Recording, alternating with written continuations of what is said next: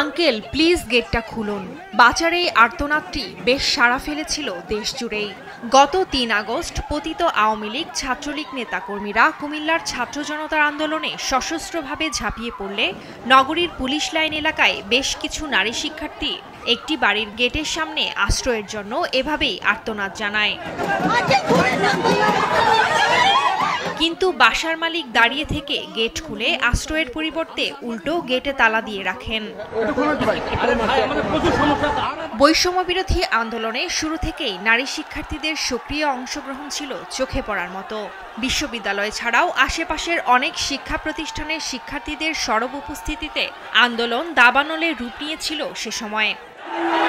তখন বিল্ডিং মালিকরা দাঁড়িয়ে থেকেও গেট বন্ধ রাখার বিষয়টি অমানবিক বলছেন জেলা বৈষম্যবিরোধী ছাত্র আন্দোলনের সংগঠকরা।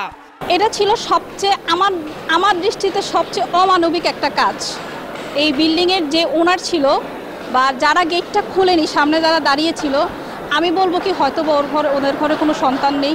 কাছের মানুষদের কাছ থেকে নারী শিক্ষার্থীদের প্রতি এমন অমানবিক আচরণে আক্ষেপ জানান অন্যান্যরা।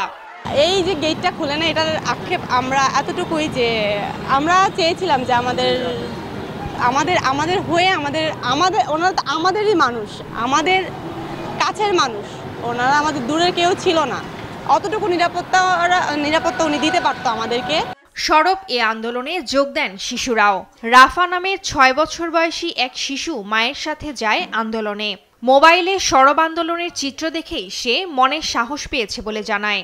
রাফার মা ইশরাত জাহানও জানান মেয়ের সাহসিকতার কথা। মোবাইলে দেখতাম অনেক মানুষ মারা যেত, এর জন্য আমার মনে সাহস জুগেছে, আমি তাই আন্দোলনে গিয়েছি। লেগেছে রক্ত আগুন জেগেছে ছাত্র সমাজ জেগেছে। যখন ৩ তারিখ আমার মেয়েকে নিয়ে বের হয়েছি জিলা স্কুলের সামনে, পোলাপাইন তো পুরা মানে অস্ত্র নিয়ে, বিদেশি অস্ত্র নিয়ে, চাইনিজ রাইফেল নিয়ে ওরা দাঁড়িয়ে আছে। তখন আমার মেয়ে আমার হাত ধরে বলতেছিল, আম্মু আমি কি আজকে মারা যাব, আম্মু আমি কি আজকে মারা যাব। আমি তখন কি বলবো, আসলে বলার মতো কোনো ভাষা ছিল না।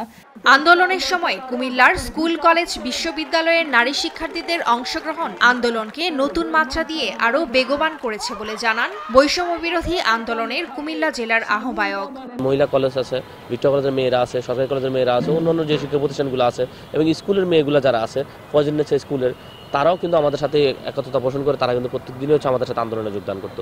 তারা আমাদেরকে যে পরিমাণ হচ্ছে সাহস জুগিয়েছিল, যেটা আমাদের পক্ষে হচ্ছে আসলে অনেক কিছু চিন্তা করার মানে দুঃসাধ্য ছিল, সেখানে কিন্তু তারা কিন্তু ওই জায়গাটা অবদান রেখে হচ্ছে। বৈষম্য বিরোধী ছাত্র আন্দোলনে সর্বপ্রথম কুমিল্লায় ১১ জুলাই পুলিশ ছাত্রদের ওপর টিয়ারশেল ও রাবার বুলেট নিক্ষেপ করে। নিউজ ডেস্ক, দেশ টিভি।